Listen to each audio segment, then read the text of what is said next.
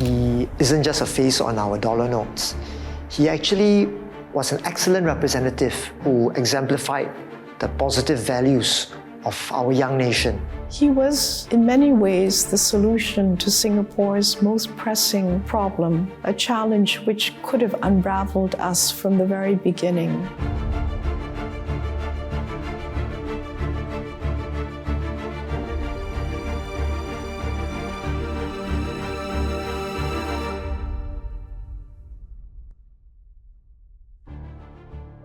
In a time when Singapore was gripped by fear and uncertainty, one man stood for unity and showed us what it meant to be Singaporean. Yusof Ishak wasn't just Singapore's first president. He embodied the values and hopes of a young nation finding its place in the world. So he was a strong believer in multiracialism and equality. So he would speak about it and he would advocate for it. He went out amongst the people to calm them, to tell them to set aside their differences and to work together to build up this new state and nation.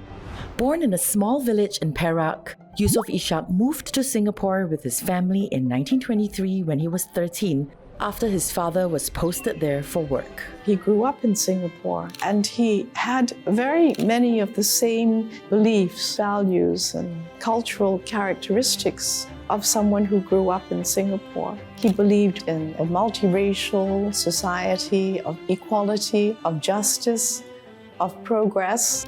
At Raffles Institution, Yusof Ishak was an outstanding student.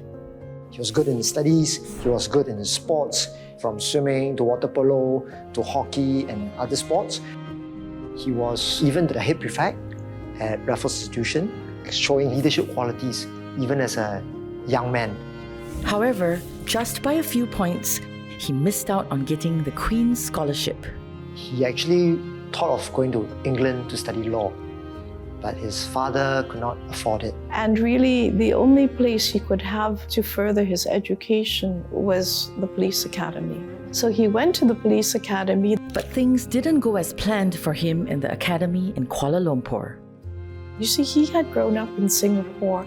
He was not used to this traditional Malay habit where if you're a Malay royal, you are above the law. And so when he saw a Malay royal in the police academy ill-treating someone who was a commoner, he spoke up. And because he spoke up to defend the commoner, he was expelled. And perhaps as a young man, he would remember that this is what happens when you have the traditional feudal system. It's a completely unjust system in so many ways, and he was determined to fight against it. Driven by conviction and a sense of justice, he returned to Singapore and joined Warta Melayu in 1932, a leading Malay language newspaper known for its Muslim-oriented perspectives. He wanted to be a journalist because he wanted to be a voice for the people. And then he saw for himself the poverty of the people, the working classes, working in the plantations for really hardly any money, just enough for food. Their children were barefoot and had no schooling. He saw that. He wrote about it. And he was especially upset by the position of the Malays. The Malays were left out of the modern economy, held back by colonial policies that aimed to preserve traditional structures. When the British controlled the area, they were very concerned to protect the Malays. And so they protected the position of the Sultan, and they wanted to preserve as much as possible what they saw as the Malay way of life. At the same time, they were bringing in the Chinese and the Indians and the Eurasians and every other race in the world to build this trading hub and to build a modern economy. And what that did was that the Malays did not participate in the development of modern Malaya in Singapore. They were kept very separated. And this was to very much create a society in which the Malays became more and more left behind. His time at the Arab-owned Warta Melayu made him realize the need for a more locally focused Malay publication. He felt the paper did not fully reflect the concerns and aspirations of the local Malay community. So he left and he started Utusan Melayu with a few close friends. The first edition came out in May 1939. He wanted it to be a newspaper for the Malay community and owned by the Malay community. So when he started the Utusan Melayu, it was to campaign that every Malay would be part of the modern economy. Every Malay child would be educated. And he wrote very powerfully that said, parents, let your children go to a modern school. Send them to an English school, because at that time, English was the language of commerce, and it was important that the Malay children could speak English. the Japanese occupation halted Utusan Melayu's operations, but not Yusof Ishak's conviction. Barely a week after the war ended, he brought the paper back to life, restoring a voice that once again spoke for his community. So it actually revealed how passionate he was to be the voice for the community. More and more people started to appreciate Utusan Melayu because they found it relevant. News articles were of a high quality. It dealt with issues that they felt mattered to them. And so more and more readers started to buy the papers. Utusan Melayu became so successful that in 1957, Yusof Ishak moved its headquarters to Kuala Lumpur, the heart of Malaya, a decision that would soon prove costly for him. He had new investors who bought the shares of the company, and some of them were actually political leaders in Malaya. However, as a result of this development, there were also differences. There were differences in views between him and new shareholders, and it got very difficult at one point in time. They wanted him to sack his close partner, Samad Ismail, and he was very reluctant to do that. And subsequently, the tension reached a very high stage, so much so that he resigned in 1959. That was a very sad day for him and for the Malay community, in that they lost their champion. They lost the person who would speak up for the common man. But he was soon to get a phone call to come to Singapore, and that journey was to change his life. That same year, Singapore achieved internal self-governance for the first time. With the PAP forming the new government, the state now needed a young Di Pertuan Negara as its constitutional head.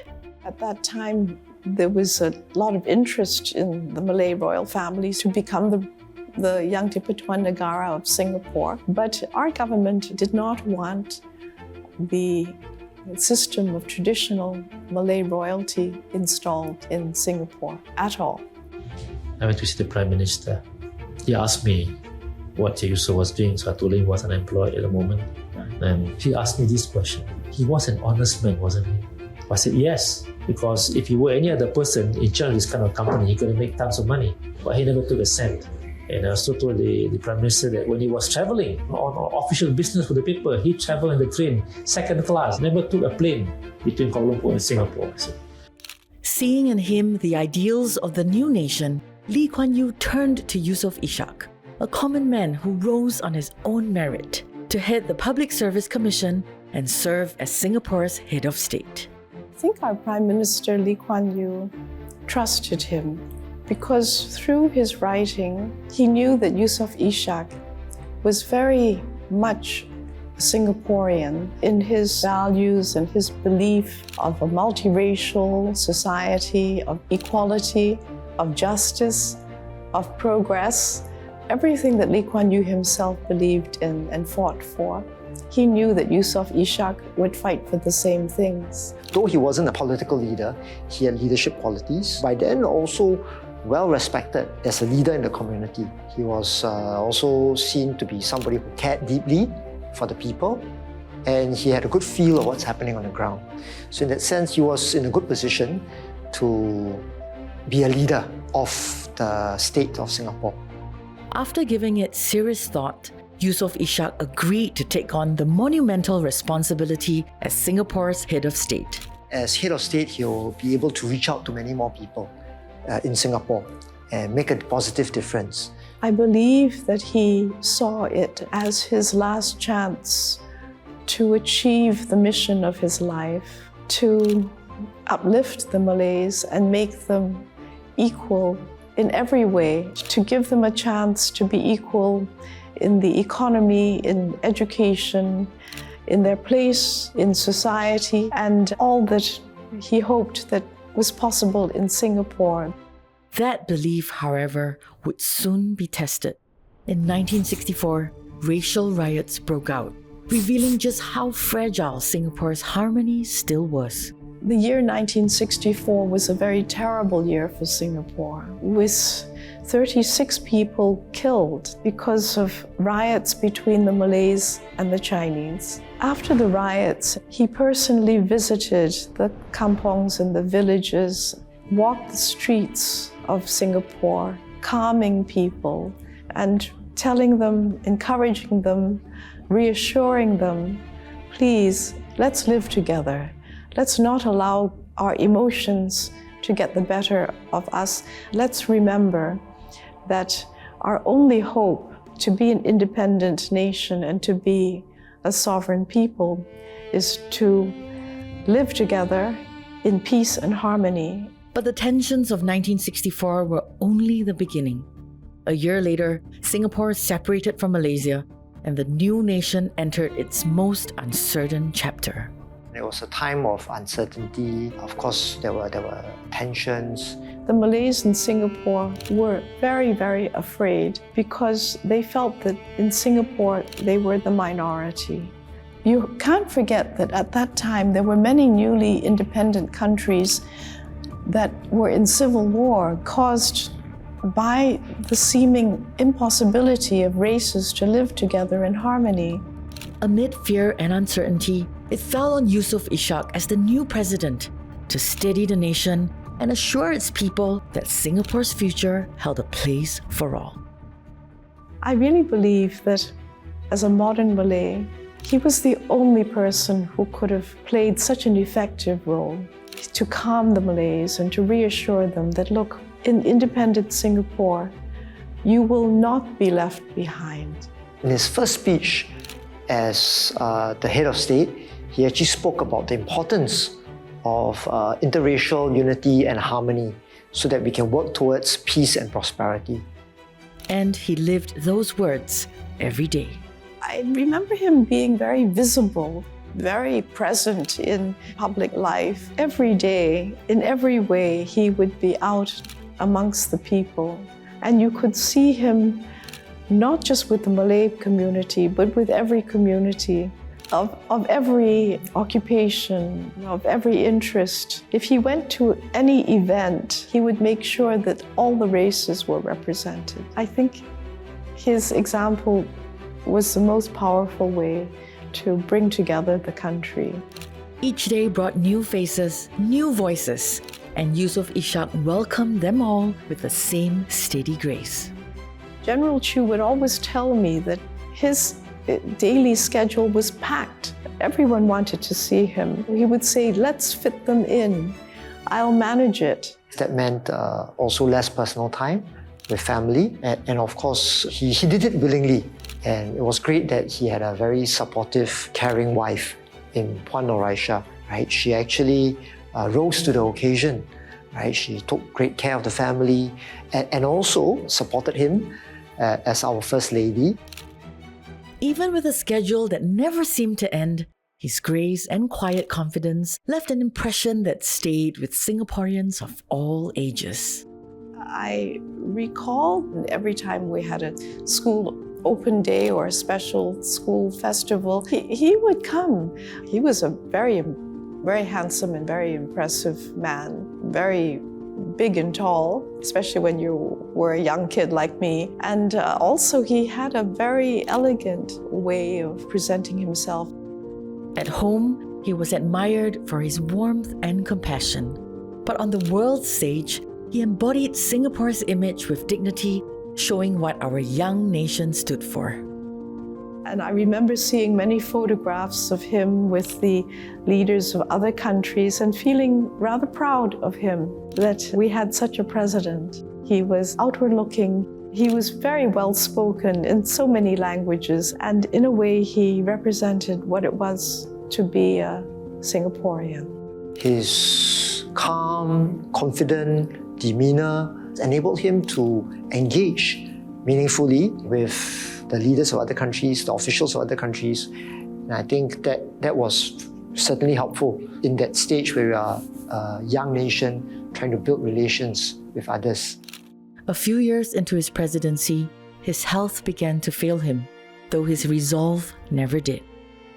He still carried on his presidential duties as best he could because he thought that it was really, really important.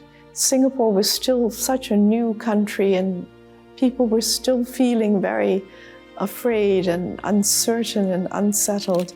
Through it all, he pressed on, determined to serve to the very end.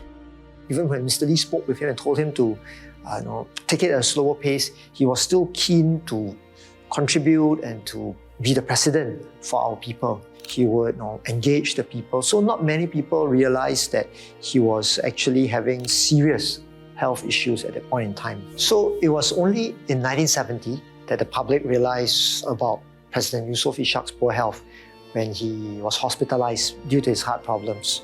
And even when he had a heart attack, he was still in good spirits. He wanted to shake hands with the doctors and nurses and thank them, but sadly, he had a subsequent heart attack and he passed away. In 1970, Singapore mourned the loss of a beloved leader who had guided the nation through its most fragile years. I remember the day he passed away. It was really such a sad day. We lost a very important man in our history, and we'll always remember him. When his casket was brought to City Hall, right, many Singaporeans wanted to pay respects to him, even the young children. He may no longer be with us, but what he stood for has become part of who we are today. He fought so many of our battles to become independent, and he represented so many of our struggles to become a modern nation. I hope he's remembered as somebody who is highly caring, committed and capable. As our first president, I think in many ways he is a remarkable role model. During the most difficult time of our independence, at a time that our society appeared to be under threat, our economy was facing its darkest time, he was our leader. He was the man who appeared every day out on the street. I think we have really a lot to be thankful to him for.